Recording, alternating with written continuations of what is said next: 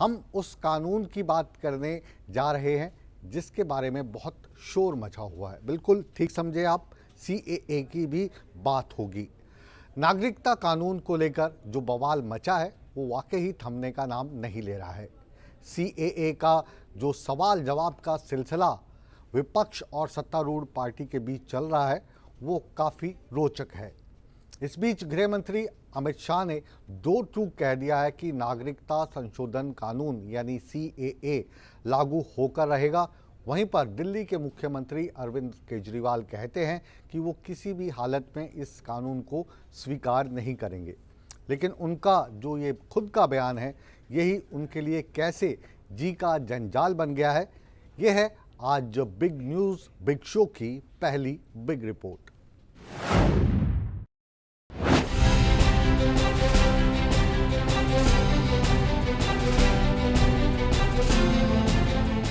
नागरिकता संशोधन कानून की अधिसूचना जारी हो चुकी है। देश में बड़ा तबका इसके समर्थन में है, लेकिन एक तबका ऐसा भी है जो इसके विरोध में है। दिल्ली के मुख्यमंत्री अरविंद केजरीवाल भी इस कानून का विरोध कर रहे हैं। वजह क्या है ये आप खुद ही सुन लीजिए। आज सुबह माननीय गृह मंत्री श्री अमित शाह जी ने, जो कल मैंने प्रेस कॉन्फ्रेंस की थी उसके ऊपर उन्होंने बयान जारी किया है, उसी का जवाब देने के लिए मैं आज आपसे मुखातिब हो रहा हूं। मैंने उनका बयान सुना, माननीय गृह मंत्री जी का।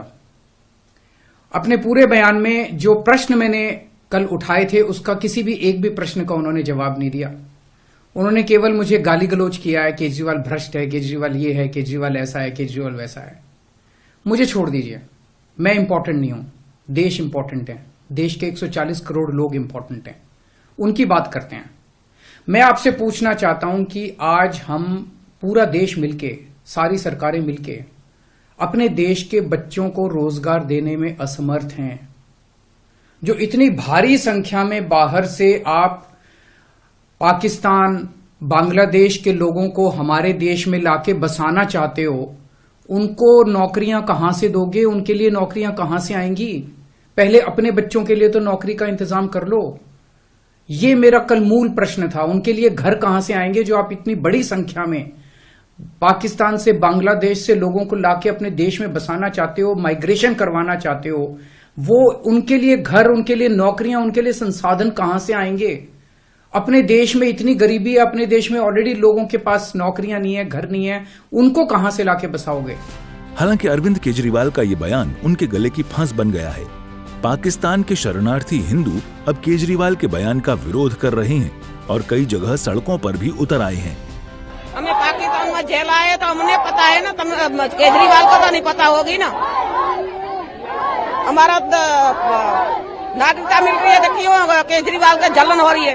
मांगे तो माने बैठने के लिए थे, सारा नागरिकता थे।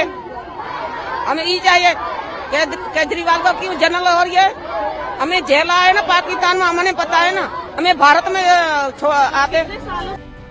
उधर केंद्रीय मंत्री अमित शाह ने दो टूक कहा है कि नागरिकता संशोधन कानून लागू होकर रहेगा। अमित शाह ने एक इंटरव्यू में साफ कहा कि CAA कानून कभी भी वापस नहीं लिया जाएगा।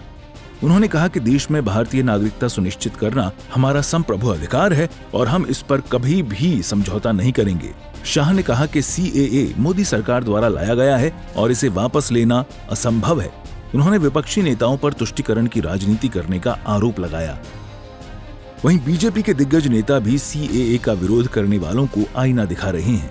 दुनिया में सबसे बड़े झूठ बोलने वाले कोई है तो उनका नाम अरविंद केजरीवाल है। एक पढ़ा लिखा व्यक्ति कैसे दुनिया को गुमराह करता है, अराजकता भ्रम फैलाता है, उनकी पहचान है। CAA नागरिकता देने का कानून है, छीनने का नहीं।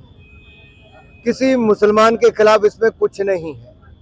इसमें तो पाकिस्तान, अफगानिस्तान, बांग्लादेश में अगर वहां के अल्पसंख्यक यानी कि हिंदू, सिख, जैन, बौद्ध, ईसाई, पारसी, इनके खिलाफ अत्याचार, प्रताड़ना की जाती है, धर्म बदलने पर मजबूर किया जाता है और वो मजबूर होकर वहां से वापस आना चाहते हैं तो कहाँ जाएंगे? हमने कहा भारत में आपको नागरिकता देंगे। अगर वहां पे किसी की बहन बेटी के साथ खिलवाड़ किया जाता है, जबरन ब्याह करके उसको धर्म परिवर्तन पर लगाया जाता है, तो हम उसको बचाने का प्रयास करते हैं। अब ये सब हालात के चलते भी अगर कांग्रेस, आम आदमी पार्टी और ऐसे विपक्षी दल मूक दर्शक बन के रहे। सीएए का विरोध करके अरविंद केजरीवाल जी, आपने ये सिद्ध कर दिया कि आप हिंदू, सिख, ईसाई, बौद्ध, जैन, पारसी, इन सभी के आप बहुत बड़े शत्रु हैं। क्या हो गया है आपको? आप इतना गिर जाएंगे, ये दिल्ली की जनता ने और देश के लोगों ने सोचा नहीं कभी। सीएए के बारे में आप मुख्यमंत्री होते हुए फेक न्यूज फैला रहे हैं।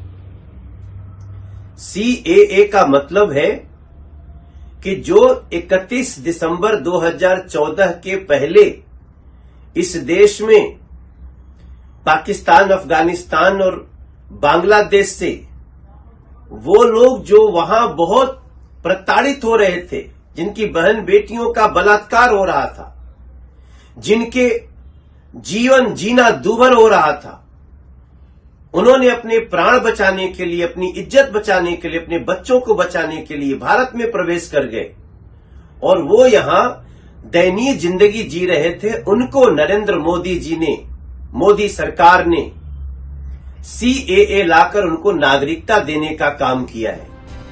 बहरहाल सीएए पर सभी के अपने अपने सवाल हैं और सभी की अपनी अपनी दलील है, लेकिन केंद्र सरकार ये साफ कर चुकी है कि सीएए कानून लागू होकर रहेगा और ये देश हित में है।